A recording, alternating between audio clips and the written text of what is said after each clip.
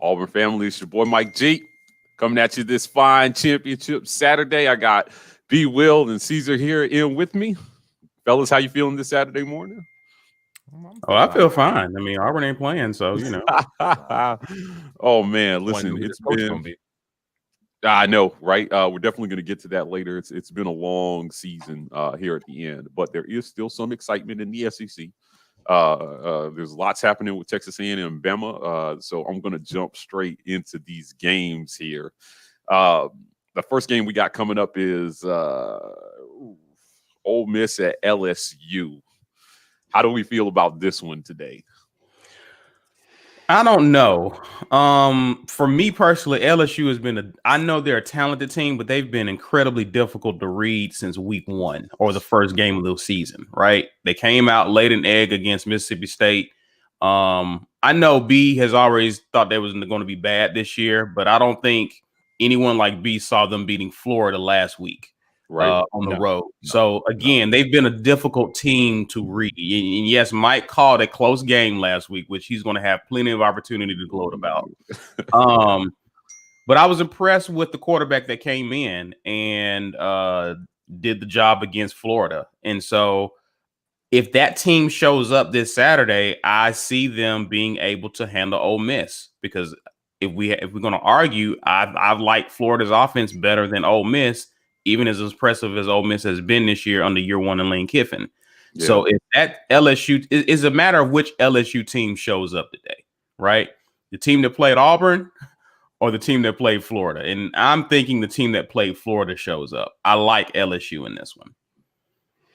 Brian? Yeah. I mean, same thing. And it's not because I don't think there are two different teams. I think they've just grown up. I mean, to Mike's point, Mike didn't think LSU would be quite as bad as they were this year because they've got a load of talent. You win a national championship. LSU has always recruited well. They've been top 5, 6 since Les Miles was there, which is part of the reason they got rid of Les Miles, because like, hey man, you ain't using the talent right. So Orgeron was able to keep it going, and they finally capitalized on it. But they just lost a lot at one time. They weren't ever talent deficient. Right. It just took them a long time to actually get their legs up underneath them. New coach on the defensive side of the ball. I think they finally put enough of it together. And to Mike's point before, you look at what was the guy who came in behind Brennan? Not the true freshman, but no, the other guy might be a true freshman, but he subbed out. Not the guy that we beat when we played him. Yeah, I know. Finley. Not Finley, but I can't think of the Not kid. Finley. Max Johnson? Yeah. Johnson. Okay. Yeah. Okay. So you finally get a quarterback that's like, okay, now we can do some things. The defense finally, it's something about when a team who has the talent starts winning, they start believing they can win. And you saw it come to fruition last week against Florida. And Ole Miss isn't as talented as Florida is. And LSU is at home. The chance to get that win and then come home and kind of celebrate that Florida win with another game. I expect LSU to win this one. I don't want to say big because they're still not quite as experienced on the offensive side of the ball, but I do expect them to win this game by at least 10 points. Oh, wow. Okay. Yeah, I'm with you guys on LSU. I think they showed last week that they are still talented. And that's where I've been with them all season, right? They've got a lot of talent. They've been recruiting well. Orgeron, he's got that national championship lease right now. Right. Because he just put up probably the best season we've seen from any team in college football, with all the top 10 teams he beat and how they did it in producing the Heisman. So, I really think LSU is – I think this is a good game for them to set the tone going into next year, because those expectations will be sky high again next year. Certainly. If you're an LSU fan, you had a down year. It wasn't the great year, but you're still living on that high of the national championship you just won. Yeah. And going into next year, you just want to close the season out on a high note here, right? I don't think Orgeron's on any kind of hot seat right now. I think everybody understands what he lost. Isaac had made a point that they lost the second most players to the NFL of any returning national champion ever. Right. right? So that is a lot to overcome. I mean, listen, we just lost a couple players to the NFL, and look what it did to our defense, right? So you know, I will go ahead and give them a few. I'm gonna give them a few benefit of the doubt. Yeah, right. You know, so yeah, I'm going with LSU in this one. I expect this one to be close. I think this will be a fun game. Lane Kiffin, I think so too, gets up for this one. I think that this is a team that he wants to beat, right? I think that he's used to beating them from when he was offensive coordinator in our conference at Bama, right? And you know, I expect him to be able to game plan for them, but it'll definitely be a fun one. The next game we got on our schedule here is Missouri. Go back because I was in the chat and he put up a question because I wanted to say something about that too. All right, let's see here. We got it's controversy with Kiffin and him possibly interviewing for the Auburn job. Does it affect them?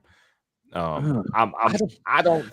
Okay, I'll say this. I don't think Ole Miss has as much of a chance in this game as the line is showing, which is Ole Miss favored by 1.5. This is right. This is classic. What do you remember about this team? It's like these lines operate off of what do you remember about this team this season, and that has been LSU bad. Ole Miss scared the hell out of Bama, so Ole Miss is decent and they can put it on anybody. However, Ole Miss has had just as many mediocre offensive games as they have had great ones, including they had a great offensive game against Florida, a great offensive game against Bama. We held them in check. They had a bad showing against Arkansas, I think, right? Wasn't it Arkansas? Yes. What was one of them games where the quarterback threw like 5-6 picks or something like that? Yeah, was that Arkansas? I thought it was Arkansas. They didn't look that great against us. They didn't look that great against Mississippi State. They just beat them by a touchdown. Ole Miss can be held in check, and it very much depends on if the other side has enough playmakers on defense to really kind of keep them in check. And they have certainly started to do that. LSU has started to kind of impose their will. And to be fair, I gave A&M a lot of flack for having a really low and depressed game against LSU, but that was probably the turning point for LSU's defense, where they started to put it together and they made A&M look worse than they had for most of the season. They beat Florida. I don't expect what LSU was going to do is going to be done regardless, and I don't think Ole Miss has the horses to stop it, and that's why I don't think Ole Miss has a letdown per se. I think they lose the game, but I don't think it's because Ole Miss, what's his name? Kiffin's name has come up in the talks about the coaches. I think it's gonna maybe the fan base will say that to make themselves feel better. Right. But I don't think that'll be why. I don't think Kiffin is a serious candidate for the job at all. Personally. I don't either. Yeah, at this point, the way things are kind of shaping up, you know, I think his name got floated out there, and you know, he is an exciting name. But you know, we can't forget about the game that these guys agents play to try to leverage new contracts after they just got contracts. Right. Cristobal's agent played it well. Right. He clearly had no intention of leaving Oregon.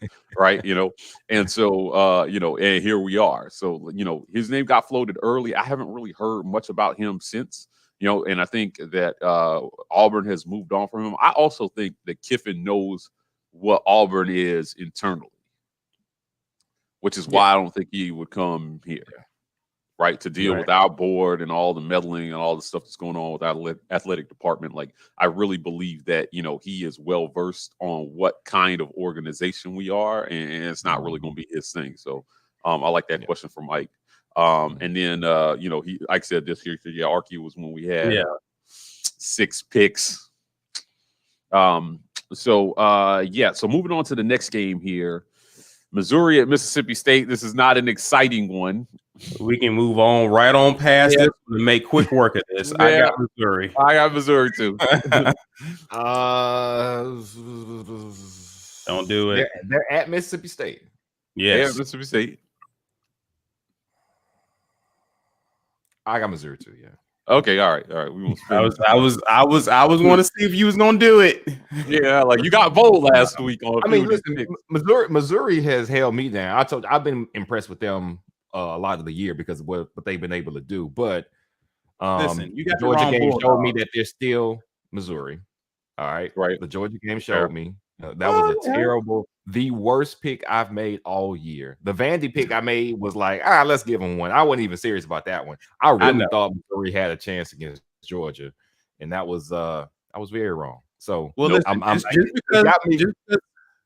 just because they lost to those Bulldogs don't mean they're gonna lose to these. They're gonna make it right this week. I think. Yeah, I believe they won't. But there's always something about coaches and their impacts on their team, whether the team is good or not. And Mike Leach has some, yeah, whatever. Let's just do what we're gonna do about him. And not that it mattered against us necessarily, but we didn't blow them out. And Missouri isn't as talented as we are. Even though they played a little more coherently on the offensive side of the ball. So it's like, yeah, I don't think they can beat Missouri, but Missouri isn't that heads and shoulders above Mississippi State that it can't be a game. And I guess that's what I'm worried about. But I'm going to still take Mizzou for now. Okay. It'll be closer. It'll be closer in your opinion. Yeah, I do think it'll be a close game, yeah. Okay, that's fair. There's a company called Hasbro that makes a game that re-releasing a game called Sorry, right? and I think that they're re-releasing it this year in honor of Mississippi State season. So no chance, Missouri, right? And we're gonna leave that one there. This is the game that I really wanted to talk about today, because I've been high on them all season, and this is not a meaningless game. Right? Like Texas A&M has an opportunity here to slide in this playoffs, to slide through the DMs. I'm gonna start with Brian on this one. Well, what do you see here? I know Kellen Mond is your favorite guy ever that's ever lived. What does he do in this one? No. Kellen Mond, he still has not been an all-world quarterback. He has accrued stats by playing a long time. Jimbo is a good offensive coach, so he's made Kellen Mond look better than he is, which is the mark of a really good offensive coach and something that we didn't have here under the previous administration. So I don't think Tennessee can put enough pressure on them to force Kellen Mond to do something that he can't do, though. That's really the difference. Is can you make A&M uncomfortable to where Kellen Mond has to be the guy to rescue you? And for Tennessee, I think the answer is no. So Texas A&M wins. I'm sure, Pruitt's going to try to have these guys playing out of their mind. And like, listen, can he last game, hurrah, get the troops going? Maybe, but I thought he would do that against us, and he really could not. So as long as Garantano was the QB, did Tennessee make the permanent switch to that true freshman? I think they did. I think they did, yeah. I haven't seen what he's better than Garantano. Yeah, he is. So they're at home too. It could be. Listen, man. Last game of the season. My experience, being somewhat of a sports bettor, last game of the season is kind of up in the air. It's people's last game, the seniors' last game. Last time they're gonna see the field. Ooh, it's gonna be A&M, but I don't know if A&M covers that 13.5 point spread. I'm with you. I'm with you. Isaac does not agree with you. It's gonna be. I think A&M by 10. Okay, that's healthy margin. What's the spread on this one? Does anybody know the spread on this one? It's 13.5 right now. So Tennessee would have to win by 2 touchdowns. Oh, excuse me, A&M would have to win by 2 touchdowns to cover. So I'm thinking A&M by 10. So I would say I'm saying Tennessee covers, but the only caveat is last game. Is that gonna mean something to somebody in that orange? In that stadium? And we'll see. All right, Caesar, what you got here? A few weeks ago, there was a guy, former NBA player by the name of Nate Robinson. Okay. And he got into a ring with a guy named Jake Paul. Mm-hmm. And it was ugly. This game's gonna be uglier. It's gonna be ugly? Okay. No, I got A&M. I agree Tennessee may make it interesting for a quarter or two, but A&M proved against us that they have what it takes to put together a full 4 quarters. And what I like about what Jimbo has done and why I think he is SEC Coach of the Year is he's been able to make this Texas A&M team, especially on offense, effective despite Mond's shortcomings, right? A good O-line who's going to be playing on Sundays. They can run football. Like basically all Kellen Mond has to do is manage the game. He doesn't have to be a playmaker behind there as long as he just doesn't turn the ball over. And the way they move the football, they make it easy for him to just efficiently throw the ball behind the line of scrimmage, short passes. They do the things necessary to move the football, and they don't put a lot of pressure on him to have to make dynamic plays, and they're good at it. Right. And I think against a Tennessee team that has just been struggling, I think that I don't see any resistance to what A&M likes to do offensively. Right. Now, Tennessee may have some success offensively with the new quarterback. I was impressed with how he looked when he came in against us and in other subsequent games, but I don't know if that's enough to keep pace with A&M. And right. I think A&M is so focused on wanting to remain in the conversation that I think they take care of business today. Okay. Right. All right. Listen, I think what you guys are saying about Kellen Mond, it hasn't seemed like they've asked him to do too much this year in this system. Right. Like, I mean, I've been impressed with the plan that Jimbo has put together for this team. Right. It requires his quarterback to go out there and just not mess it up.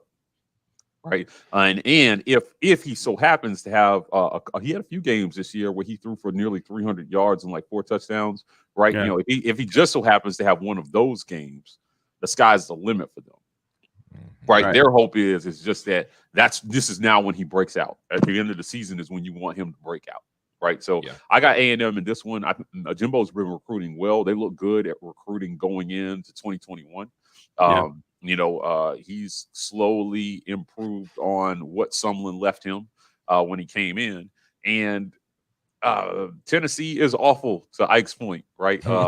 Ike isn't with us, but I'm go ahead and mark Isaac down as he's picking for his pick is Texas A&M, and this one, Ike, if you're still listening, hit the chat. Let us know what your pick is. We still got to tally up at the end of the season and declare a winner, right? So we can't miss any picks. But yeah, I definitely like Texas A&M in this one. They're playing for a lot today, right? Because a lot can happen in front of them. 1 plays 7, 2 plays 3. Yeah. Right. A lot can happen in front of them. And this is the new SEC. Right. I want to make this point while we're here. I was going at it with a Bama fan in our comment section. And, whenever a Bama fan hits the comment section, it always gets really toxic. Right. And I have to hold back my toxic guidance. Right. Like I have to control my toxic guidance when I argue with Bama fans. And he was talking about why Gus got fired. Right. And I said, you know what? Gus is, this is one of the few times in Auburn history you can say that losing to Bama had nothing to do with our coach getting fired. It really didn't. Right. It did. And where I'm going with this is that because in the playoff era of the SEC, you do not have to beat Bama and win the SEC championship to make the playoff. Texas A&M is a perfect example of this year, right? They're sitting on the outside with an easy game, right? Okay. And if Clemson gets blown out by Notre Dame or loses again, they're out. That's one team out of the way, right? I mean, hear me out, right? Like there's enough happening in front of them, and Bama showed us this already when they made the playoff as a non-SEC winner and then won it all. Right.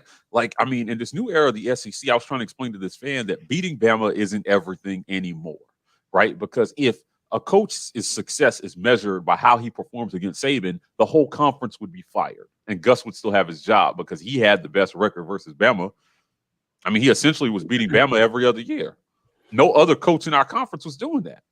They've all got losing records versus Saban. Right. So, I think A&M is a very interesting position right here, and I'm gonna put up some comments here. Again, Texas A&M by 30 is what Ike is saying. I believe that as well too. I think it's a very true statement, right? And that's also very bad mix for them. So I expect them to have a good showing today, right?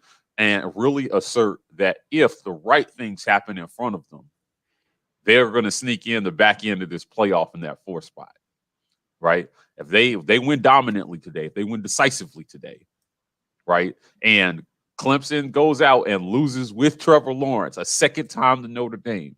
If Clemson wins that game, there's going to be an interesting discussion to be had about two teams who lost to each other and might play 3 times this season.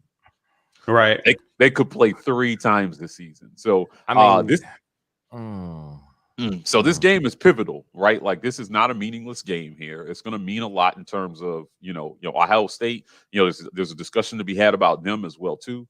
And how few games they've played relative to their schedule. Their conference has been a whole ass garbage dump this year. The Big Ten has, right? I mean, Penn State came out and laid probably the biggest of eggs. Right. And I mean, they're finishing with a losing record. The best team on their resume is Indiana. Right. Like, come on, man. And I think that the playoff committee is really going to have to examine that and say, okay, so these guys play fewer games than everybody. Right. And then you have a Texas A&M team that went out and beat Auburn and beat LSU. Right. And beat Florida. They won't say and beat Auburn, and they won't say and beat LSU because those are not quality wins this season. Well, I mean, it's tougher than anything that Ohio State had on their schedule. And this is true. But let's say this. Ohio State, even if they had played their entire schedule, it would have been a trash competition year for them. Michigan's awful. Penn State's awful. The only games you can brag about would have been Indiana or in Northwestern. I don't even know. And they get to play those anyway. Yeah, but you don't even have the perception of playing these powerhouses this year, right? Like, but those powerhouses look terrible. Like they actually look. Yeah, they were down. It was a down year. It was a down year in the Big Ten. Yeah, I think that only makes my argument about Ohio State. It does. Texas A&M, I mean, it does. But what I'm telling you is that Ohio State wasn't going to be qualified regardless of what they did, but their perception and how they're viewed is always going to be positive because they're Ohio State and they bring in talent. They're going to get a free pass, if nothing else. I don't know this year, though. I think they're going to try to move heaven and earth. They're going to scorch earth to try to get them in there, bro. Oh man, listen. This entire thing was going to be it's a stain on the process of college football playoff and really on college football in general. It's the only league where it's a popularity contest to determine who plays for a championship. Right. We know this. We suffered it back in 2004. We were looking outstanding and we weren't blowing everybody out by 30, so they nitpicked their way and put Oklahoma in a game where they got stomped out. And based on Auburn didn't look good against USC a year ago. And a year is a lifetime in college football. So much can happen in a year. We went from 3-9 to national championship game in a year, but they nitpicked us because we weren't a more popular program than Oklahoma. Right. That's basically what it was. So Ohio State is popular. They're gonna bring the numbers. Only about 8 teams have a shot at the national championship every year, regardless of what any pundit may say. It's like a 10-horse race because somebody can come out of the doldrums of the SEC, and you've got the people in front of you that if you beat them, you would get the respect and get to go to the game. But outside of that, no, it's predetermined. And what they did with Ohio State, shoehorning them into the championship game, is nonsense, man. It's really disappointing to see them do it that way. But we knew what it was. Right. Yeah, I think again because we're talking about Texas A&M here. This is going to be spark a very interesting conversation about how they evaluate teams for these playoffs. Because to your points, Brian, I think that from a status, so to speak, standpoint in college football, I get why they put them in. But from a resume standpoint, their argument is weak. It's as weak as any team in this discussion. Yeah. Right. And then you've got Texas A&M. And while they may not be a sexy pick, they certainly went through the ringer this year. I mean, they definitely took the much harder road to this playoff. Right. They played number one. They were competitive in the first half of that game versus Bama. They were clearly outmatched. But, look at these other teams in this playoff, man. Like, I think that they have an argument to be made today if they win decisively that they belong. So last game that we're going to talk about, Bama versus Florida, the SEC championship game. Listen, we are in the very, very unusual situation that we have other SEC games on the same day as the SEC championship game, right? So we've got all the other conference championships going on today. But what do we think in this one? Does Florida stand a shot against this Bama team? I thought that they might until LSU did them like they did them. Because honestly, I did call that game close, but I didn't think that LSU would have enough offense. And then their freshman quarterback showed out and they won, right? But, was that an aberration for Florida, or do they actually have a chance in this game? I'll start with Caesar. Here's the problem with Florida. They have the talent to keep up offensively with Alabama, but the problem with Florida, and something I'm gonna give credit to B that he's pointed out, Florida starts games out slow. They don't hit the ground running when the game starts. They begin to pick up steam as the game goes along. This is not the game to do that. Right. Bama scores early and often. And I feel that, unfortunately, and my thing is Florida, and I think that they will, but if Florida does what they do and they start off slow, they're going to put themselves too far in the ditch to try to climb themselves back out to even try to make this game competitive and close. Right. I like Bama. I like Bama in this game by a couple of at least 2 scores. Ooh, okay. 2 scores. Okay. Brian, what you got? I'm thinking the same thing. It's not that the shine has worn off of Florida. It's that their window to improve on the defensive end, it kind of came and went. And they didn't improve as much as they should have. I know some Florida fans who are down on Grantham as a coordinator, which he is. He's not a great coordinator, and he never has been. And yeah, to Ike's point, they are hot and cold. Their defense is. So, is it possible to hold Bama to a couple of stops here and there? Yeah, it's possible. Like, we kind of had this game when we played Bama where I think we got a 3-and-out in the first half.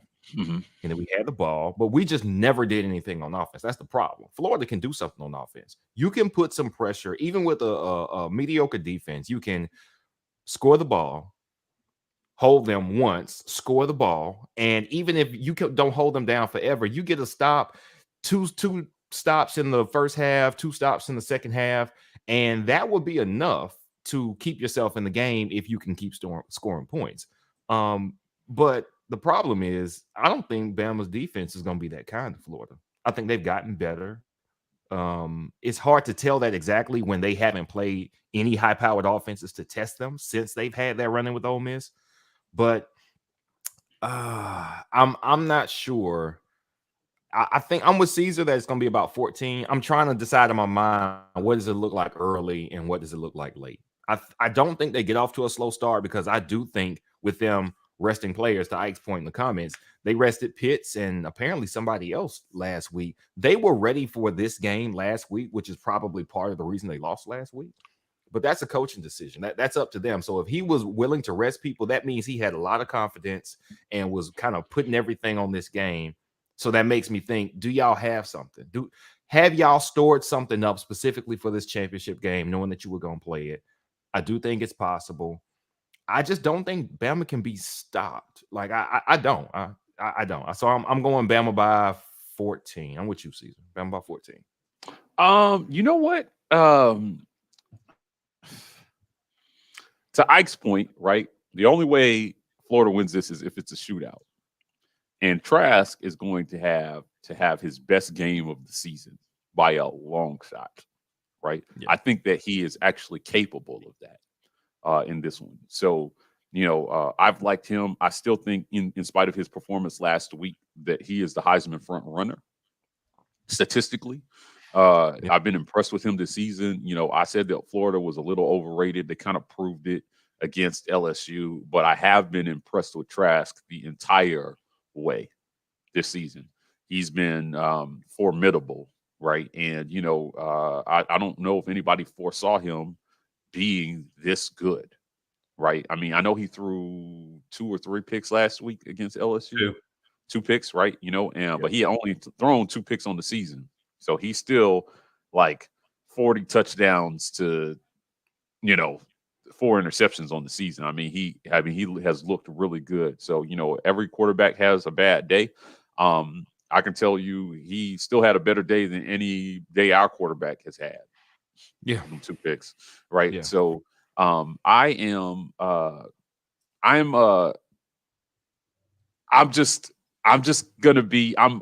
be honest here. Like, Dan, I'm getting close. Like, I'm struggling with this one because I really think that Florida I like this Bama team. I think Bama is a formidable juggernaut. Mm-hmm. Right. But are they due to lay an egg? Right. Like, sometimes Nick Saban, every once in a while, he fails to get his team up for a game. Right. Like, my feeling, and this is not a statistical argument, It has nothing to do. This is just based on every once in a while a team comes out inspired, right, and plays well. So I'm gonna call Bama in this one, but I'm gonna tell you guys that I similar to how I called LSU Florida, I think that this is going to be a game going into the fourth quarter and a complete toss up. Right.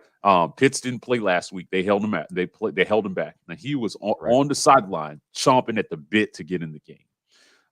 Beside Mac Jones to Jalen Waddle, Kyle Trask to Pitts is the most prolific QB to wide receiver connection in our league. Right. And if those guys can have a game today, I know they're going to scheme. I know Saban's going to scheme for them. Right. But it may open up some opportunities for some other people, and they have the offensive talent. Right. Do you guys, how I see this game is I see this game like I saw LSU Bama last year. Right. I think that game ended 48-45 or something. I mean, it looked like LSU was running away with it. And then Bama's just Mac Jones just started dropping, or Tua just started dropping bombs from everywhere. Right. Yeah. And they came back, and it was close on the scoreboard at the end of the game. And those were two extremely talented teams going up against each other that day. And I think that's what we have here. So if Pitts has a big day and Trask has a big day, I believe that Florida has a chance in this one. So I'm calling Bama because it's hard to pick against them this season. I think this is one of the best teams that Nick Saban has put together. Right. I think this is one of his best coaching jobs in light of losing Tua. And then, again, finding another quarterback. I mean, I have been so impressed with how their ability to just find a quarterback consistently, right? Mac Jones has had, Heisman-worthy season. But I think that this is not the best Bama defense we've ever seen. Right. We got to start talking about Mac Jones to Devontae Smith, and that's what Ike pointed out in the comments. Jones and Smith. That's probably replacing. Yeah, listen, Jones Smith is good, right? Yeah, I'm so in between on this one, right? Like I think that to Isaac's point, the only way Florida wins is if it's high scoring.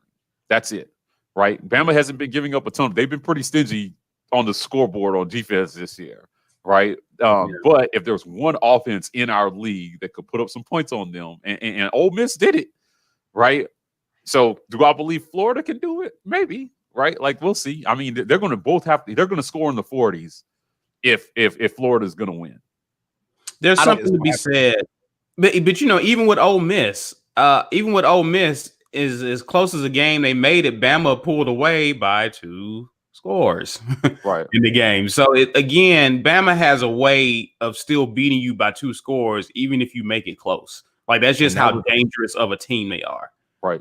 And that was something go ahead. That's to me, again, first 3 games of this season because of what went on. To me, I'm calling that the preseason. Everybody looked shaky, including A&M, including Florida. They didn't necessarily improve on defense, which is a coaching issue. But I think everybody who has decent coaching got better in ways they were deficient early. So, right. I don't want to give. I mean, we know Ole Miss did it to them. Man, it doesn't look like Ole Miss. I would like to see that Ole Miss Bama game played again. I don't think it'll be that close.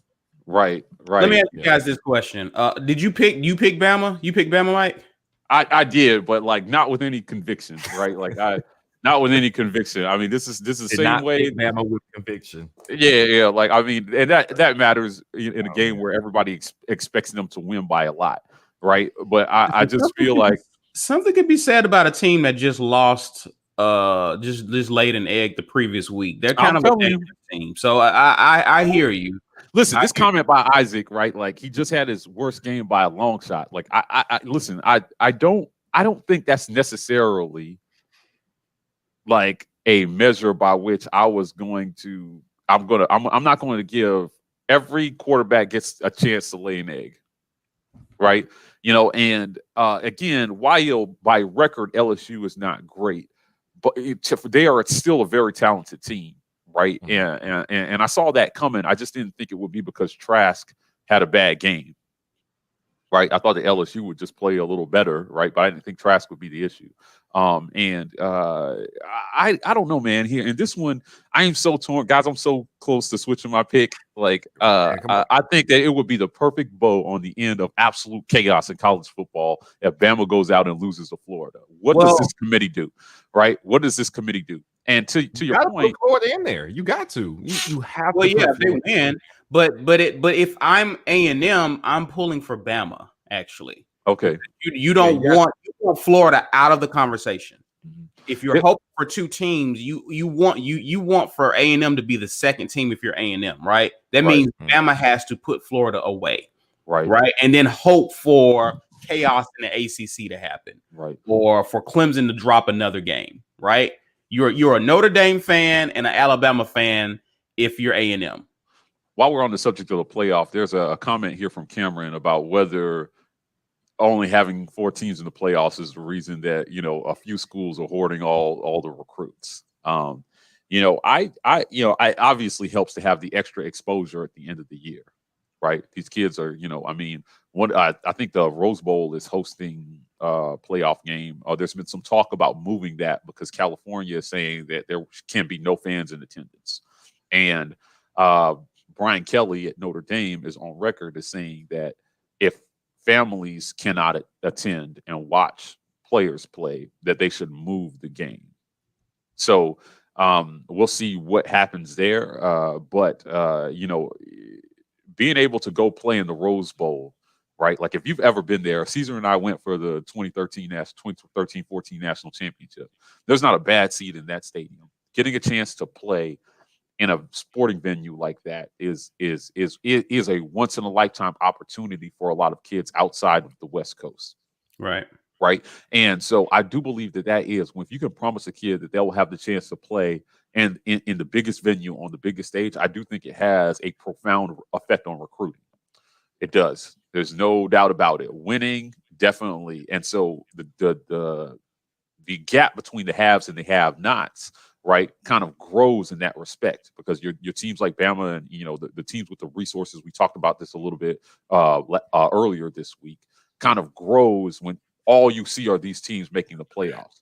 Now, to counter that argument, I think that there are enough recruits out there. There are enough schools that actually do have a shot. But I think that it's a gap that's just always existed between some schools, and then there's the schools that have a shot and the rest. Right. And only a few schools have caught up over the years in terms of actually having a shot. Look how hard UCF has been trying to crack this conversation. And they actually had a few undefeated seasons, and they just can't get in it. Right? They beat the living hell out of us in the Peach Bowl or the Chick-fil-A Bowl or whatever it was in Atlanta on their way to an undefeated season. I think it was 2017. Yeah. Right. And so I think this is going to be a question that we can readdress when we talk about recruiting. But thank you for that question.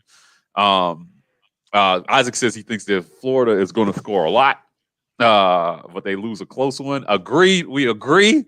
Right? Like, I think that is that. Cameron says Florida is I'm with you, Cameron. I'm with you. That's one of the things about Bama. Again, you can't be one-dimensional because they will limit you in the things that you like to do, which is throwing the football. Now, Again, this could be the game that Trask says, no, I really am a Heisman candidate. Like, LSU was an aberration. Watch me work. He could, for all we know. But I know if Florida had a balanced attack, and that was one of the things about LSU last year is that for all the talk about Burrow, their running back was on low key like gashing people, and so I don't know if without a profound running game to balance the passing attack, if Florida can really pull it off or keep up with Bama. Bama has both. I disagree with the idea of being one-dimensional because the pass in wide open passing games, and to Ike's point, passing games are so varied now. Short passing game can supplement for a running game. A passing game where you have extreme mismatches with your tight ends or your wide receivers, they open up everything else. You could have a running back getting 80, 90 yards a game just because your offense, your passing game is so outstanding. So you don't have to have a balanced attack to beat a really good defense. You just have to be extremely versatile with your passing game, and you have to have an accurate, on-time quarterback. Trask has been that for most of the season. Mullen is an excellent offensive coach. He will scheme. Mullen does scheme well for sure. Onto the board, not just, hey, you're a good passer, you're a good wide receiver, y'all do what you do, which is not. I mean, Sark is a very good offensive coordinator as well. I really don't think you have to be balanced currently, not with what football is today. 20 years ago, sure, but you don't have to be balanced today. You just have to be extremely good passing the ball, and we'll see today if Florida really is that. Right. Shoegate here that Ike is referencing. I hated for that kid.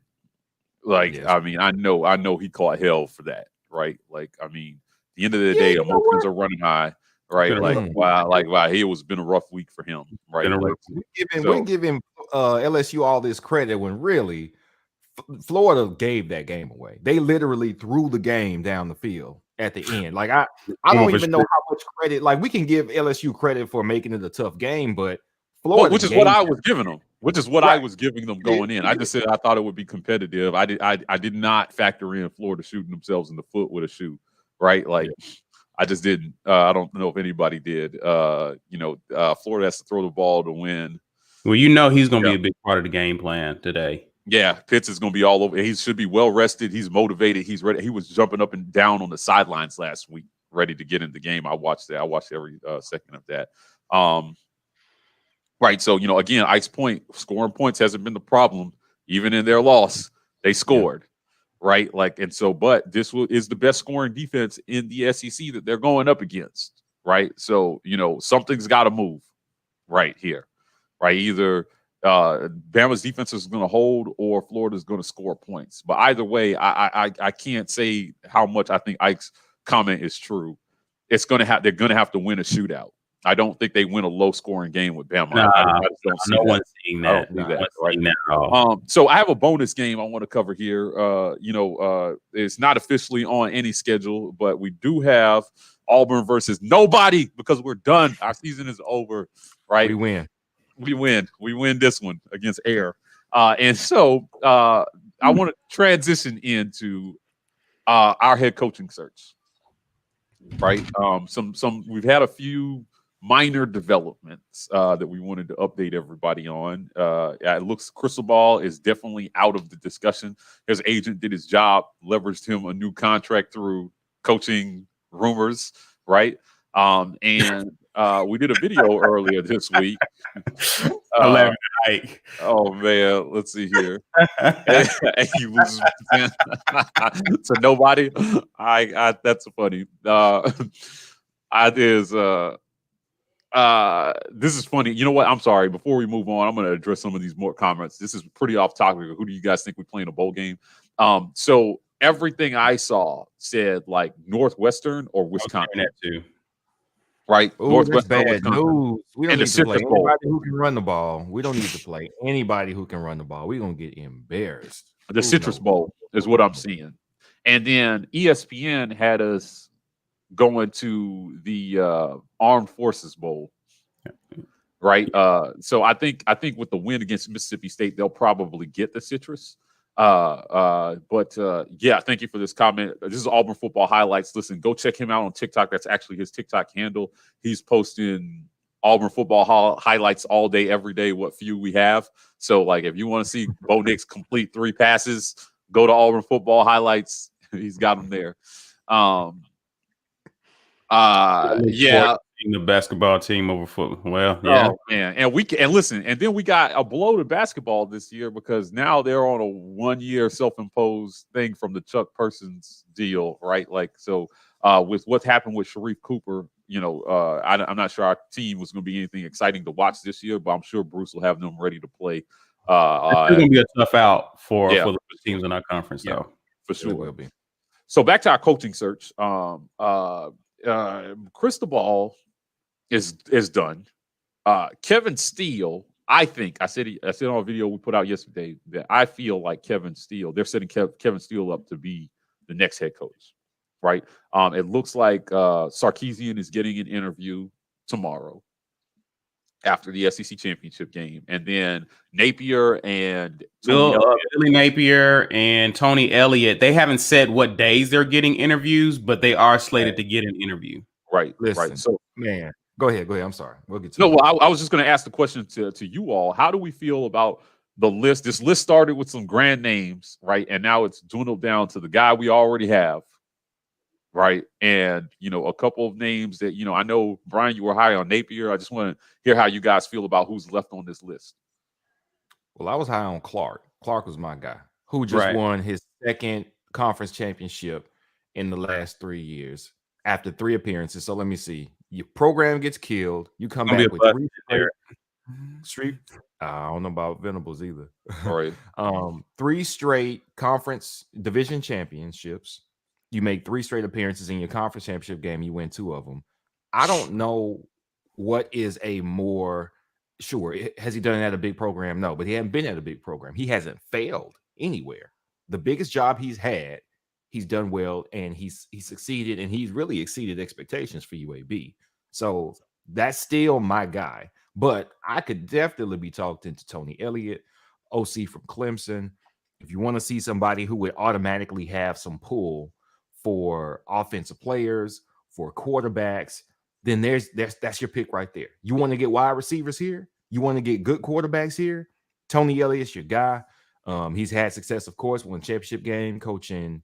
What's the guy, Clemson quarterback? I know I should know his name. Trevor. Thank you, Trevor Lawrence. Yeah. How you just blank on his name? But I like Tony Elliott as a prospect. The problem is Clemson overpays to keep their coordinators there. It's why Venables hadn't left yet. It's why likely Tony Elliott wouldn't leave unless we couldn't pay him first-time head coach money like we could get away with paying, somebody who was just a coordinator somewhere. We couldn't get away with paying Tony Elliott $2.5 million. We would have to pay 4 to 5 probably to get him here. And I don't know if we do that. I think if we do that, then that hits the reset button on the rest of the staff, including the defensive staff. And that's one thing we like is what's happened on the defensive side of the ball, which why keeping Steele is an option and why it's somewhat of an attractive option, depending on who you ask, is we got half the formula right. Let's keep that half correct and let's fix the other half.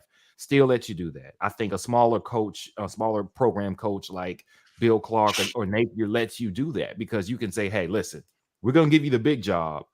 We really like what we got going on over here. Can you keep that? And I think there's a chance you can get them to keep that if you bring on that smaller time coach or not Tony Elliott, or you keep Coach Steele. Everybody else would probably just flush the program and start over from scratch on the defensive side. And I can see why there's a little debate there, but I'll probably be number 1 still Bill Clark. Number 2 is Tony Elliott to me. I like the idea of getting somebody who is not a proven head coach, but a proven offensive coach, and he fixes the side of the ball that is messed up right now. And then 3, I guess if we got to Kevin Steele, because we get to preserve the half of the football program that had been going in the right direction. Right.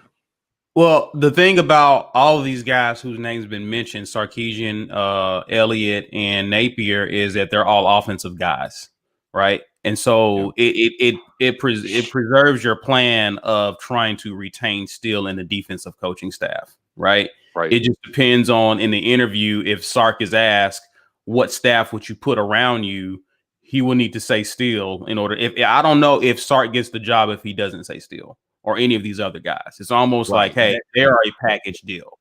That's kind of the way I'm looking at it. If you're not hiring Steele to be the head coach, you want him packaged in this deal of a new head coach, because to your point, they're trying to fix what was broken in the Malzahn era, which was the offensive side of the football. So it just depends on who these guys would surround themselves with. If they're cool with Steele, then I would think the job will be theirs, depending on who they like. So yeah, I think at this point, I wouldn't want Steele. As I said in the video that we released yesterday about is Steele the right hire for Auburn, I mentioned that long term, I just didn't think. I feel like we'll be right back here looking for a head coach unless we were intending to promote someone from within because we got the OC or offensive hire that we like and he's just been doing a bang up job. But I just don't see Steele being around much longer in the future for us. Right. Anyway, so that would just be my thing with hiring Steele as head coach. Right. So you know what? I am with you guys. I think if I just want to see whoever's going to fix the offensive side of the ball. I really do. I think that football has changed quite a bit. And if you are not scoring points, you're not winning. 3 yards in a cloud of dust football is gone forever. Right. Saban realized that years ago when he hired Kiffin, and he innovated, and it was time to win championships a different way. It was time to win championships with offense. Right. So if you're not moving the ball on that side of the ball, I just think that the game is passing you by. It just feels like the game is passes by under Gus. Right. So, I like Kevin Steele. Right. I think he's a stand-up guy. I think he has done well for our defense. He's been good for Auburn. But, I just don't. If he's going to be your head coach, who is going out to find us a coordinator? Right. And that was again, guys. When you hire Kevin Steele 62, like Kevin Steele is old school. So I don't know if he's crazy about these. Again, when you hire a defensive minded coach to be your head coach, there rarely do they go out and grab, like Chizik may have been the only exception, but Chizik wasn't that great of a coach. But rarely do they go out and get someone who will score a touchdown in 2 minutes. Like they want someone who can kind of keep their defense off the field. So if this Mike Bobo hire doesn't like this, that suggestion by Steele, if that's true, that doesn't surprise me at all. Let me ask you guys this. There was a question comment I want to jump back to. Is a question, right? Did anybody hear this? I have not heard this. I had not heard this at all. I've heard people talk about. I think I don't know. I can't say if that's true. I can't say if that's true. But I have heard that rumor floated around, and it depends on whether or not they Steele and Malzahn agreed. And I know Steele has a lot of support, right? Our folks behind the scenes, and who knows how he got that support. But he has a lot of support, so I understand where that argument comes from. I'm just not plugged in enough to say whether that's true or not. Okay. Well, was there a little internal mutiny going on here on Malzahn? Here whispers of that would be interesting. Derek here says we need an air raid offense. We just need offense. I'm just gonna say we need offense. Call it whatever you want. It could be air raid. It could be ground attack. We need offense. Right. So yeah, I think ultimately, we're gonna have to live for the next 4 or 5 years with whatever decision gets made. I don't think they're making a 1-year stopgap type of decision here.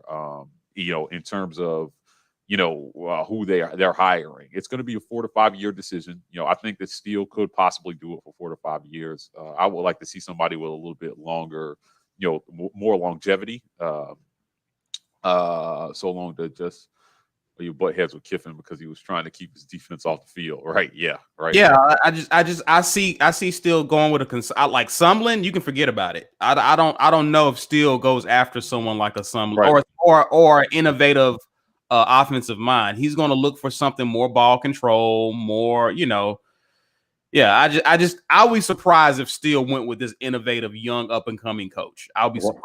Right. Yeah. So Tony Elliott claims he has no contact. That means absolutely nothing. Yeah. Right. Like, yeah. I mean, let's be real I haven't had contact, but my agent has. Right. Is Auburn ready for Tony Elliott? Are we? Okay. I'm ready for a coach who can score. That's right. Right. I'm ready. If you can put points on the board, bring them on. I don't care who you are. Yeah, I mean, at the end of the day, I think defensively would be okay.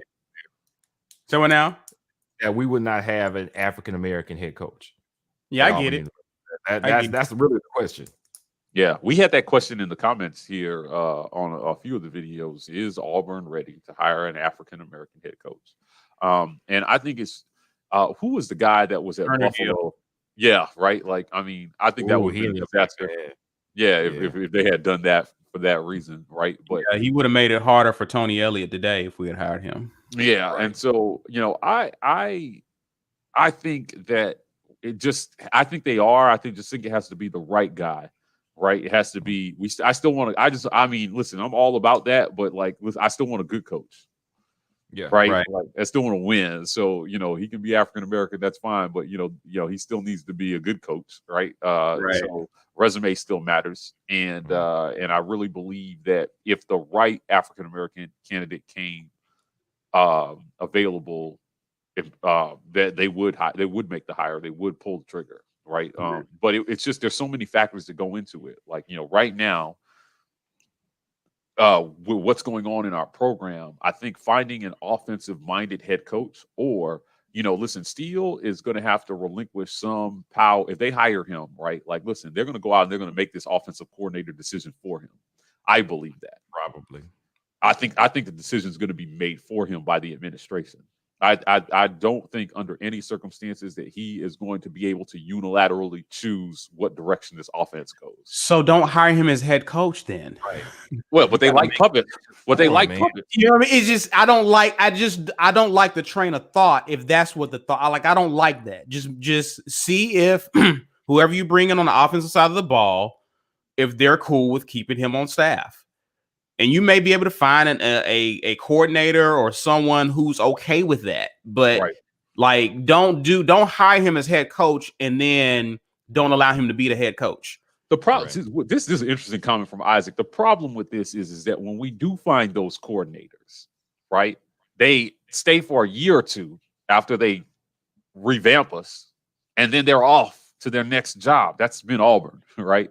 Our coordinators don't stay. They come here. They do a good job, and then they head to their next job. And I really hopefully it's not a lateral decision on their part. Hopefully they're moving on to being a head coach, which is the next step. And I'm okay with that as long as we have, again, I hate to compare, but you look at what Alabama has. They have a system in place, right? Kiffin's been gone a minute, but that offense has still been ticking, right? Because the head coach has set the tone and philosophy in place.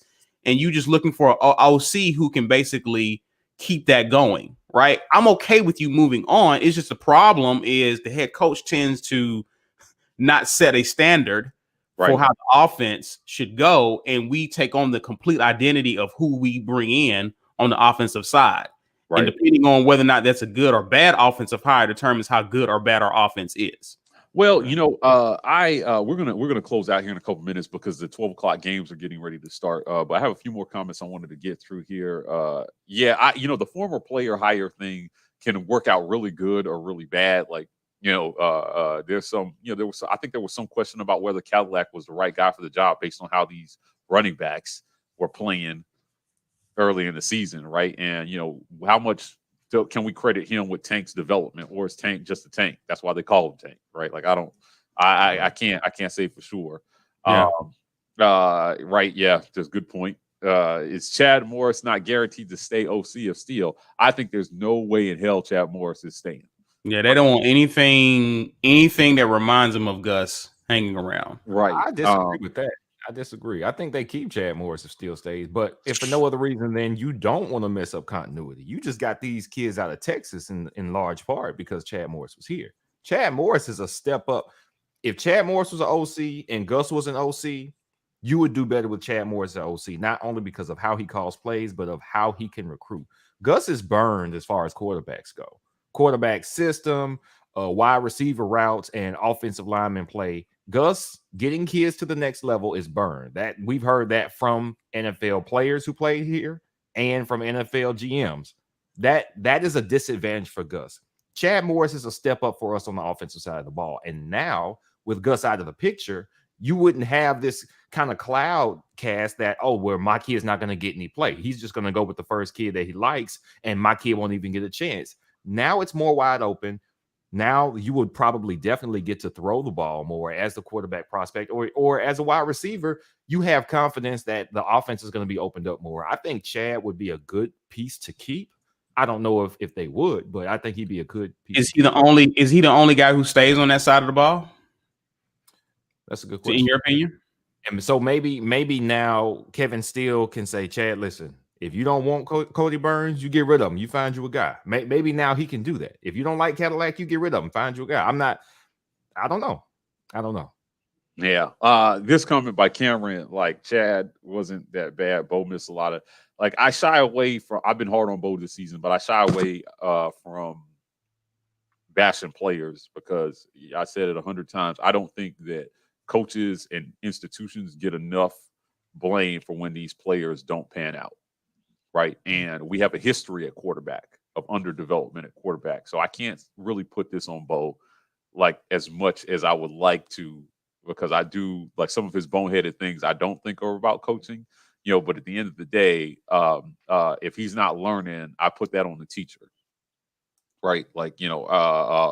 First and foremost, because, look around us, man, all the teams that are top, around us in terms of recruiting. And when I say around us, I mean geographically, they are finding quarterbacks. Everybody can find a quarterback. LSU is down to their third string and they beat Florida. Right. Come on, man. At some point, and he is our 5-star guy, top 50 recruit.